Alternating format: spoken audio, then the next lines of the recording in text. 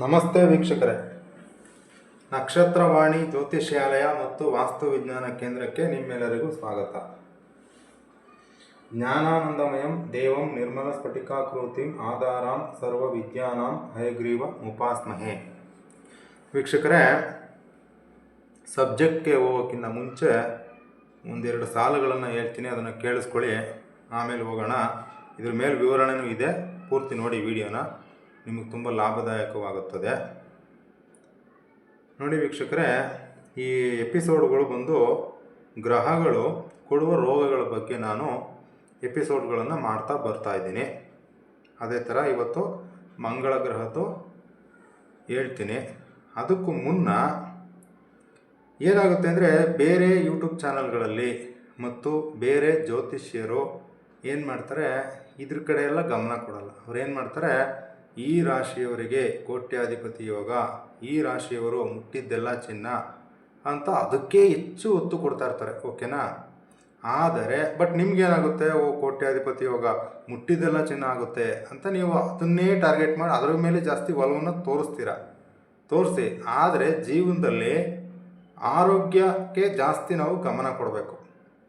ಬೇರೆ ಯಾರು ಜ್ಯೋತಿಷಿಗಳು ಬಹುಶಃ ನನ್ನಷ್ಟು ಡೀಪಾಗಿ ಒಂದು ಆರೋಗ್ಯದ ವಿಚಾರದಲ್ಲಿ ತಿಳಿಸೋಕ್ಕೆ ಸಾಧ್ಯವಿಲ್ಲ ಅಂತ ನಾನು ಹೇಳ್ತೀನಿ. ಓಕೆನಾ?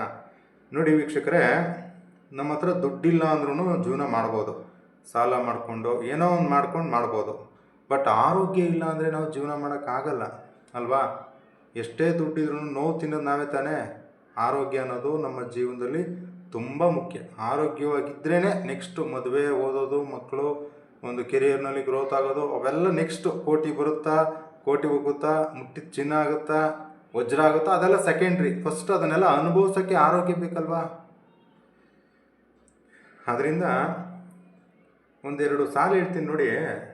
ರೋಗವಿಲ್ಲದ ಶರೀರ, ವೇದನೆ ಇಲ್ಲದ ಮನಸ್ಸು. ನಿಜವಾದ ಆಸ್ತಿ ಎಂದರೆ ರೋಗವಿಲ್ಲದ ಶರೀರ, ವೇದನೆ ಇಲ್ಲದ ಮನಸ್ಸು. ಇದು ಫಸ್ಟ್ ನಾವು ಗಮನ ಕೊಡಬೇಕು ಇದ್ರ ಮೇಲೆ. ಓಕೆನಾ? ನಮ್ಮ ಶರೀರದಲ್ಲಿ ಯಾವುದೇ ರೋಗ ಇರಬಾರ್ದು. ಇದ್ದರೆ ಅದನ್ನು ವಾಶೌಟ್ ಮಾಡೋದ್ರ ಕಡೆ ಗಮನ ಕೊಡಬೇಕು.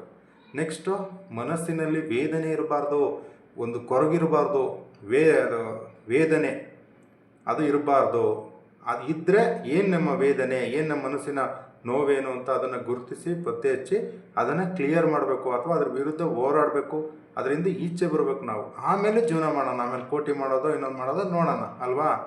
ಅದರಿಂದ ಈ ವಿಚಾರಗಳನ್ನು ನಾನು ಯಾಕೆ ಹೇಳ್ತಾ ಇದ್ದೀನಿ ಅಂತಂದರೆ, ನಿಮಗೆ ಆರೋಗ್ಯ ಸಮಸ್ಯೆ ಅಂತ ಬಂದಾಗ ಜೀವನನೇ ಬೇಡ ಅನಿಸುತ್ತೆ.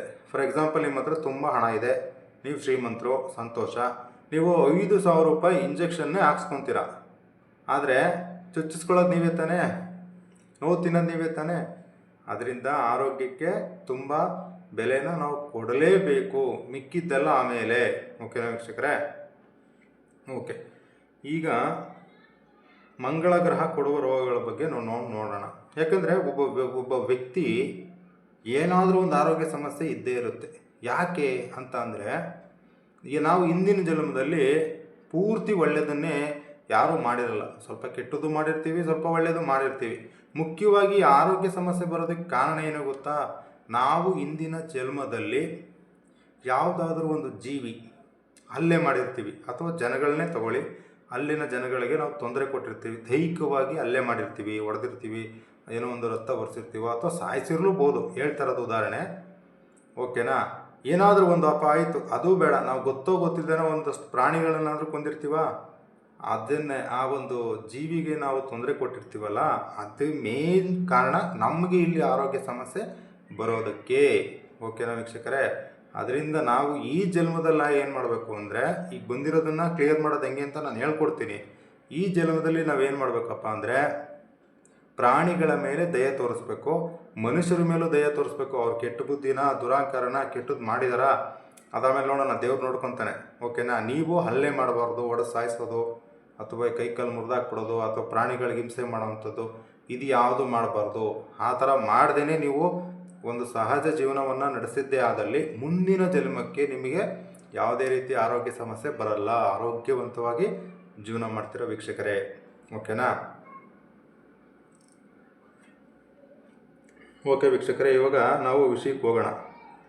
ನೋಡಿ, ಈ ಮಂಗಳ ಗ್ರಹ ಕೊಡುವ ರೋಗಗಳು.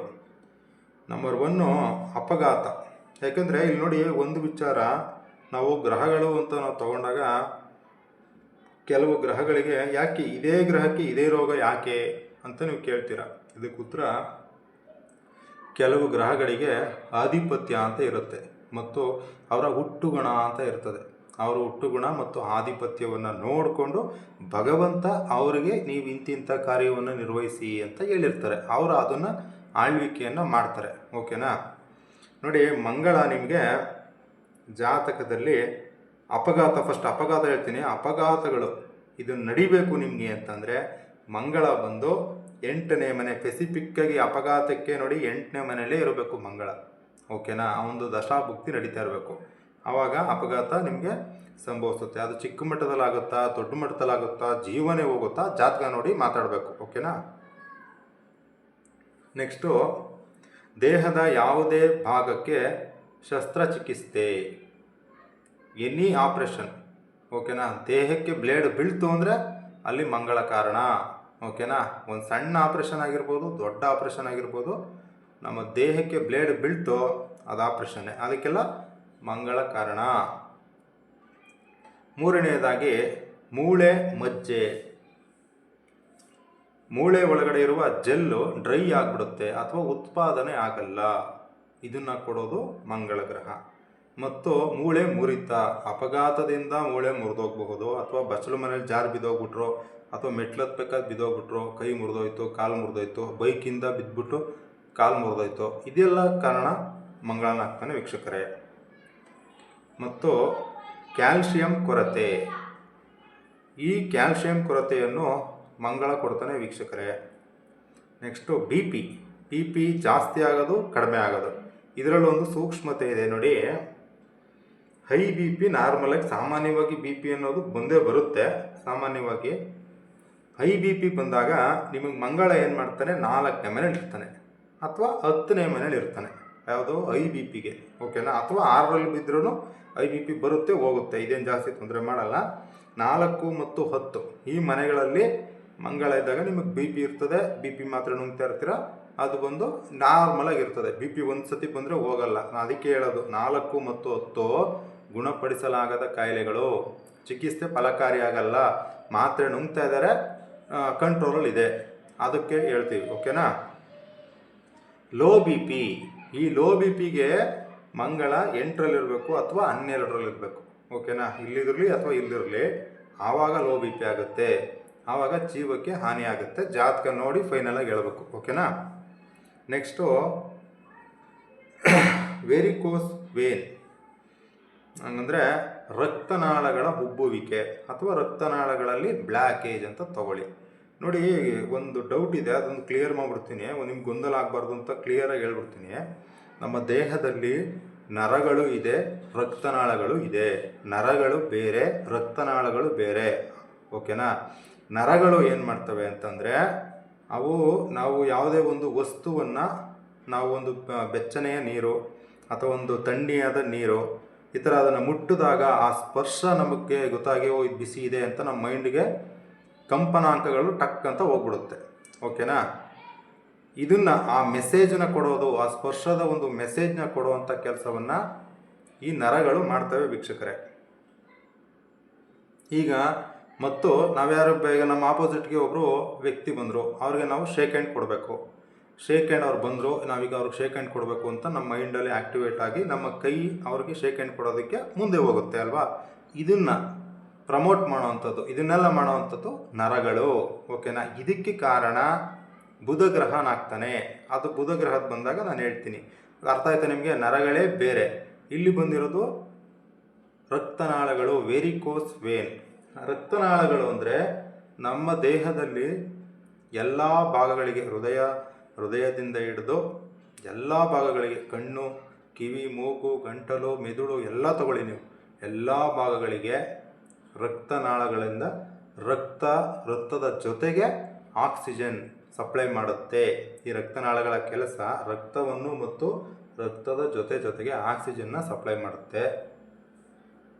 ಆ ಸಪ್ಲೈ ಮಾಡಿದಾಗ ಆ ಒಂದು ಅಂಗಾಂಗಗಳು ಕಾರ್ಯನಿರ್ವಹಿಸೋಕ್ಕೆ ಶಕ್ತಿಯನ್ನು ಸರಬರಾಜು ಮಾಡಿಕೊಡುತ್ತದೆ. ಇದು ಈ ಒಂದು ವೆರಿಕೋಸ್ ವೈನು ಏನಾಗುತ್ತೆ, ಬ್ಲ್ಯಾಕೇಜ್ ಆದಾಗ, ಫಾರ್ ಎಕ್ಸಾಂಪಲ್ ಈಗ ನಮ್ಮ ಬಲಗೈ ಹತ್ರ ಯಾವುದೋ ಒಂದು ನರದ ಹತ್ರ ಬ್ಲ್ಯಾಕೇಜ್ ಆಯಿತು, ಆಗೇನಾಯ್ತದೆ ಆ ಅಂಗಾಂಗಗಳಿಗೆ ಒಂದು ಶಕ್ತಿನ ಸರಬರಾಜು ಮಾಡುವಂತಹ ರಕ್ತವಾಗಲಿ ಆಮ್ಲಜನಕವಾಗಲಿ ಆ ಒಂದು ನರಗಳ ಈ ರಕ್ತನಾಳಗಳ ಮೂಲಕ ಪಾಸ್ ಆಗಲ್ಲ.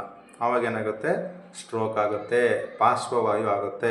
ಆ ಒಂದು ಕೈ ಕಂಪ್ಲೀಟಾಗಿ ಅವ್ರು ಎತ್ತಕ್ಕಾಗಲ್ಲ, ಕಾರ್ಯನಿರ್ವಹಿಸಲ್ಲ. ಓಕೆನಾ? ಅಥವಾ ಮೆದುಳಿಗೆ ಒಂದು ರಕ್ತ ಸಪ್ಲೈ ಮಾಡುವಂತಹ ನರಗಳು ಅಲ್ಲಿ ಬ್ಲ್ಯಾಕೇಜ್ ಆಯಿತಾ, ಅಲ್ಲೂ ಅಷ್ಟೇ ಮೆದುಳಿಗೆ ಸ್ಟ್ರೋಕ್ ಹೊಡೆದ್ಬಿಡುತ್ತೆ. ಆವಾಗ ಅವ್ರ ವ್ಯಕ್ತಿ ಫುಲ್ ಕೋಮಾ ಸ್ಟೇಜ್ಗೆ ಹೋಗ್ಬಿಡ್ತಾರೆ. ಅವ್ರಿಗೆ ಏನು ಮಾಡ್ತಿದ್ದಾರೆ ಏನು ಬಿಡ್ತಿದ್ದಾರೆ ಗೊತ್ತಾಗಲ್ಲ.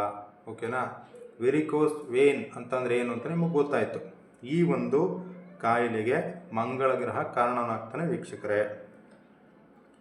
ನೆಕ್ಸ್ಟು ಹಲ್ಲಿಗೆ ಸಂಬಂಧಿಸಿದ ಸಮಸ್ಯೆಗಳು. ಇದು ಈಸಿ, ನಿಮಗೆ ಗೊತ್ತಿರುತ್ತೆ.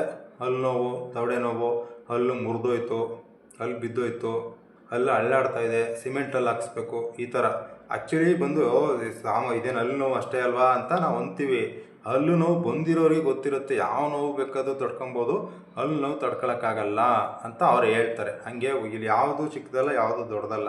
ಆನೆ ಬಾರ ಆನೆಗೆ, ಇರುವೆ ಬಾರ ಇರುವೆಗೆ.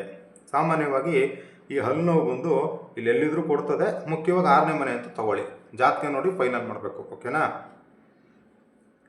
ನೆಕ್ಸ್ಟು ಉಗುರುಗಳು.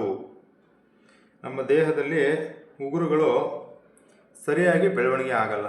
ಹಂಗಂದರೆ ಇಲ್ಲಿ ನೋಡಿ, ಉಗುರು ಬಂದು ನಾವು ಮುಟ್ಟಿದಾಗ ಇಲ್ಲಿ ಬಂದು ತುಂಬ ಬಿಗಿ ಇರಬೇಕು. ಓಕೆನಾ? ಸ್ಟ್ರಾಂಗ್ ಆಗಿರಬೇಕು. ಕೆಲವೊಬ್ರಿಗೆ ಏನಾಗ್ಬಿಡುತ್ತೆ, ಉಗುರುಗಳು ತುಂಬ ಮೆದು ಇರುತ್ತೆ. ನೀವು ಕರೆಕ್ಟಾಗಿ ಹಿಂಗೆ ಅಂಬ್ಕಿದ್ರೆ ಈ ಒಳಗಡೆ ಚರ್ಮದ ಥರ ಒಳಗಡೆ ಹೋಗ್ತಾ ಇರುತ್ತೆ, ಸ್ಟ್ರಾಂಗಾಗಿ ಬೆಳೆದಿರಲ್ಲ ಉಗುರುಗಳು.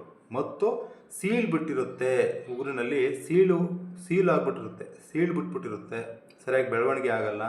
ಈ ಥರ ಸುಮಾರು ಸಮಸ್ಯೆಗಳಿದೆ. ಇದಕ್ಕೆಲ್ಲ ಕಾರಣ ಮಂಗಳ ಗ್ರಹ. ಮತ್ತು ಕೆಂಪು ರಕ್ತ ಕಣಗಳು ಕಡಿಮೆ ಆಗಿಬಿಡುತ್ತೆ. ಹಂಗಂದರೆ ಇದು ಹಿಮೋಗ್ಲೋಬಿನ್ ಲೆವೆಲ್ ಅಂತ ತಗೊಳ್ಳೋಕ್ಕಾಗಲ್ಲ ಇದನ್ನು. ಇದು ಬ್ಲಡ್ ಪ್ಲೇಟ್ಸು ಅಂತ ಬರ್ತದೆ. ಅದೆಷ್ಟು ಇರಬೇಕಂತೆ ನನಗೆ ಸರಿಯಾಗಿ ಗೊತ್ತಿಲ್ಲ, ಬಟ್ ಅಂದಾಜಲ್ಲಿ ಹೇಳ್ತೀನಿ. ಒಂದು 5,000 ಬ್ಲಡ್ ಪ್ಲೇಟ್ಸು ಇರಬೇಕು. ಅಂದರೆ 5,000 ಕೆಂಪು ರಕ್ತ ಕಣಗಳು ಇರಬೇಕು. ಒಂದೊಂದು ಸತಿ ಹುಷಾರಿಲ್ಲದೆ ಆದಾಗ ಅಥವಾ ಏನಾದರೂ ಒಂದು ಆಪ್ರೇಷನ್ ಆದಾಗ, ಇನ್ನೊಂದು ಆದಾಗ ಅದು 1,500 2,500ಕ್ಕೆ ಇಳಿದು ಬಿಡುತ್ತೆ. ಓಕೆನಾ? ಈ ಒಂದು ಕಾಯಿಲೆಗೆ ಮಂಗಳ ಗ್ರಹ ಕಾರಣನಾಗ್ತಾನೆ ವೀಕ್ಷಕರೇ. ನೆಕ್ಸ್ಟು ಸ್ನಾಯುಗಳು, ಮಾಂಸಖಂಡಗಳು. ಈ ಸ್ನಾಯುಗಳು, ಮಾಂಸಖಂಡಗಳು ದೇಹದಲ್ಲಿ ಅವರ ಫಿಸಿಕಲ್ ಆ್ಯಕ್ಟಿವಿಟಿ ಯಾರಿಗಿರ್ತದೆ, ಒಂದು ಜಿಮ್ಗೆ ಹೋಗೋರು ಅಥವಾ ಏನೋ ಒಂದು ಆಟ ಆಡೋರು, ಫಿಸಿಕಲ್ ಆ್ಯಕ್ಟಿವಿಟಿ ಇರೋರಿಗೆಲ್ಲ ಮಾಂಸಖಂಡಗಳು ಗಟ್ಟಿ ಇರುತ್ತೆ. ಏನೂ ಕೆಲಸ ಮಾಡಲ್ಲ, ಜಸ್ಟ್ ಮೊಬೈಲ್ ನೋಡಿಕೊಂಡು ಅಥವಾ ಕಂಪ್ಯೂಟರ್ ಮಾಡ್ಕೊಂಡು ಚೇರ್ ಮೇಲೆ ಕುಂತಿರ್ತಾರೆ, ಅವ್ರಿಗೆ ಮಸಲ್ಸು ವೀಕ್ ಆಗಿಬಿಡುತ್ತೆ. ಮಸಲ್ಸ್ ವೀಕ್ ಆದಾಗ ಏನಾಗುತ್ತೆ, ಆ ಮಸಲ್ಸ್ನ ಕಾರ್ಯ ಏನಂದರೆ ನಮ್ಮ ರಕ್ತದಲ್ಲಿರುವ ಸಕ್ಕರೆ ಅಂಶವನ್ನು ಹೀರ್ಕೊಳ್ಳೋದು. ಮಸಲ್ಸ್ ವೀಕ್ ಇದ್ದಾಗ ರಕ್ತದಲ್ಲಿರುವ ಸಕ್ಕರೆ ಅಂಶವನ್ನು ಹೀರ್ಕೊಳ್ಳಲ್ಲ. ಓಕೆನಾ? ಆಮೇಲೆ ಯಾವುದೇ ಒಂದು ಭಾರದ ವಸ್ತುನೂ ಎತ್ತಕ್ಕಾಗಲ್ಲ. ಮೇನ್ ಮೂಳೆಗೆ ಒತ್ತಡ ಬೀಳ್ತಾ ಇರುತ್ತೆ. ಓಕೆನಾ? ಅದರಿಂದ ಈ ಸ್ನಾಯುಗಳಿಗೆ ಸಂಬಂಧಪಟ್ಟಂಗೆ ಕೆಲವರು ಈ ಮೀನು ಕಂಡದ ಹತ್ರ ನೋವು ಅಂತೆಲ್ಲ ಹೇಳ್ತಾ ಇರ್ತಾರೆ. ಓಕೆನಾ? ತೊಡೆ ಅಥವಾ ತೊಡೆಯ ಹಿಂಭಾಗದಲ್ಲಿ ತುಂಬ ನೋವು ಅಂತ ಹೇಳ್ತಾ ಇರ್ತಾರೆ. ಅದಕ್ಕೆಲ್ಲ ಮಂಗಳ ಗ್ರಹ ಕಾರಣನಾಗ್ತಾನೆ ವೀಕ್ಷಕರೇ. ನೆಕ್ಸ್ಟು ದೈಹಿಕ ದೌರ್ಬಲ್ಯ, ನಿಶಕ್ತಿ, ಆಲಸ್ಯ, ಎನರ್ಜಿನೇ ಇಲ್ಲ, ವ್ಯಕ್ತಿ ತುಂಬ ಸುಸ್ತಾಗಿ ಒಂಥರ ಲೆಥಾರ್ಜಿಯಾಗಿ ನಿಂತ್ಕೊಂಡ್ಬಿಟ್ಟಿದ್ದಾನೆ, ಒಂಥರ ವೇಸ್ಟು, ಆ ಥರ ತಗೊಳ್ಳಿ. ದೈಹಿಕ ದೌರ್ಬಲ್ಯ, ಏನು ಮಾಡೋದಕ್ಕೂ ಇಷ್ಟ ಇಲ್ಲ, ಆಸಕ್ತಿ ಇಲ್ಲ, ಅದು ಮನಸ್ಸು ಚಂದ್ರಂಗೆ ಬರುತ್ತೆ, ಮಾಡೋದಕ್ಕೆ ಇವ್ರು ಸ್ಟ್ರೆಂತೇ ಇರಲ್ಲ. ಓಕೆನಾ? ಒಂದು ಇಟ್ಟಿಗೆ ಎತ್ತಕ್ಕೂ ಶಕ್ತಿ ಇಲ್ಲ, ಆ ಥರ ದೈಹಿಕ ದೌರ್ಬಲ್ಯ. ಇದನ್ನು ಮಂಗಳ ಗ್ರಹ ಕೊಡ್ತಾನೆ ವೀಕ್ಷಕರೇ. ಇದಿಷ್ಟು ಮಂಗಳ ಗ್ರಹ ಕೊಡುವ ರೋಗಗಳಾಗಿತ್ತು ವೀಕ್ಷಕರೇ. ನಾನು ನಿಮಗೆ ಪ್ರಾರಂಭದಲ್ಲಿ ಹೇಳಿದ್ದೀನಿ, ಇಷ್ಟೊಂದು ಡೀಪಾಗಿ, ಕ್ಲಿಯರಾಗಿ, ಸಹಜವಾಗಿ, ಸ್ನೇಹಪರವಾಗಿ ನಿಮಗೆ ಯಾವ ಚಾನಲ್ಲು, ಯಾವ ಒಂದು ಜ್ಯೋತಿಷ್ಯದ ಚಾನಲಲ್ಲೂ ತಿಳಿಸೋಕ್ಕೆ ಸಾಧ್ಯನೇ ಇಲ್ಲ. ಓಕೆನಾ ವೀಕ್ಷಕರೇ? ಅದರಿಂದ ನನಗೇನು ಕೇಳ್ತೀನಿ ಅಂದರೆ, ನಿಮಗೆ ಜ್ಯೋತಿಷ್ಯ ಕಲಿಯೋಂಗಿದ್ರೆ ಆರಾಮಾಗಿ ಕಲ್ತ್ಕೋಬೋದು ನೀವು. ಓಕೆನಾ? ನಿಮಗೆಲ್ಲ ಇಷ್ಟು ಈಸಿಯಾಗಿ ಸಿಗ್ತಾಯಿದೆ ಅಲ್ವಾ. ನಾವು ಕಲಿಬೇಕಾದ್ರೆ, ನಾವು ಫೀಲ್ಡ್ಗೆ ಇಳಿದಾಗ ಇವೆಲ್ಲ ತುಂಬ ಕಷ್ಟ ಆಯಿತು. ಓಕೆನಾ? ಈಗ ಒಂದು ವಕ್ರೀಗ್ರಹದ್ದು ವೀಡಿಯೋ ಮಾಡಿದ್ದೀನಲ್ವ ನಾನು, ಆ ವಕ್ರೀಗ್ರಹದ್ದು ಎಂಥವರೇ ಆಗಲಿ ಅದನ್ನು ನೋಡಿಬಿಟ್ರೆ 20 ನಿಮಿಷದಲ್ಲಿ ಗ್ರಹ ಹೆಂಗೆ ವಕ್ರಿ ಆಗುತ್ತೆ, ಹೆಂಗೆ ಫಲ ಕೊಡುತ್ತೆ ಅಂತ ಒಂದು ಶಾರ್ಟ್ ಶೂಟಲ್ಲಿ ಗೊತ್ತಾಗ್ಬಿಡುತ್ತೆ. ಆದರೆ ಅದನ್ನು ನಾವು ಅರ್ಥ ಮಾಡಿಕೊಂಡು ಅದನ್ನು ನಾನು ನಿಮಗೆ ಹೇಳಬೇಕು ಅಂತಂದರೆ ಅದು ನನಗೆ ಎಷ್ಟು ನೀರು ಕುಡಿಸೈತೆ ಅಂತ ನನಗೆ ಗೊತ್ತು, ಆಯಿತಾ. ಅದರಿಂದ ಬಂದು ಆದಷ್ಟು ಸುಲಭ ಮಾಡಿಕೊಡ್ತಾಯಿದ್ದೀನಿ. ನಿಮ್ಮ ವೈಯಕ್ತಿಕ ಜಾತಕನ ನೀವು ತೋರಿಸ್ಕೊಬೇಕು ಅಥವಾ ಏನೋ ಕೇಳಬೇಕು ಅಂದರೆ ನೀವು ದಯಮಾಡಿ ನಮ್ಮ ದೂರವಾಣಿ ಸಂಖ್ಯೆಗೆ ಕರೆ ಮಾಡಿ. ಇಲ್ಲ ಸರ್ ನೀವು ಹೇಳ್ಕೊಡ್ತಾಯಿದ್ದೀರಾ ನಾನೇ ನೋಡ್ಕೊತೀನಿ ಅಂದರೆ ಇನ್ನೂ ಒಳ್ಳೆಯದು, ನನ್ನ ಕೆಲಸ ಕಡಿಮೆ ಆಯಿತು. ಈ ವಿಡಿಯೋವನ್ನು ಶೇರ್ ಮಾಡಿ, ಇಷ್ಟ ಆದರೆ ಲೈಕ್ ಮಾಡಿ, ನಿಮ್ಮ ಅನಿಸಿಕೆ ಅಭಿಪ್ರಾಯಗಳನ್ನು ಕಮೆಂಟ್ ಬಾಕ್ಸ್ನಲ್ಲಿ ತಿಳಿಸಿ ವೀಕ್ಷಕರೇ. ಇಲ್ಲಿವರೆಗೂ ನಮ್ಮ ವಿಡಿಯೋವನ್ನು ನೋಡಿದ್ದಕ್ಕೆ ಧನ್ಯವಾದಗಳು. ನಮಸ್ಕಾರ.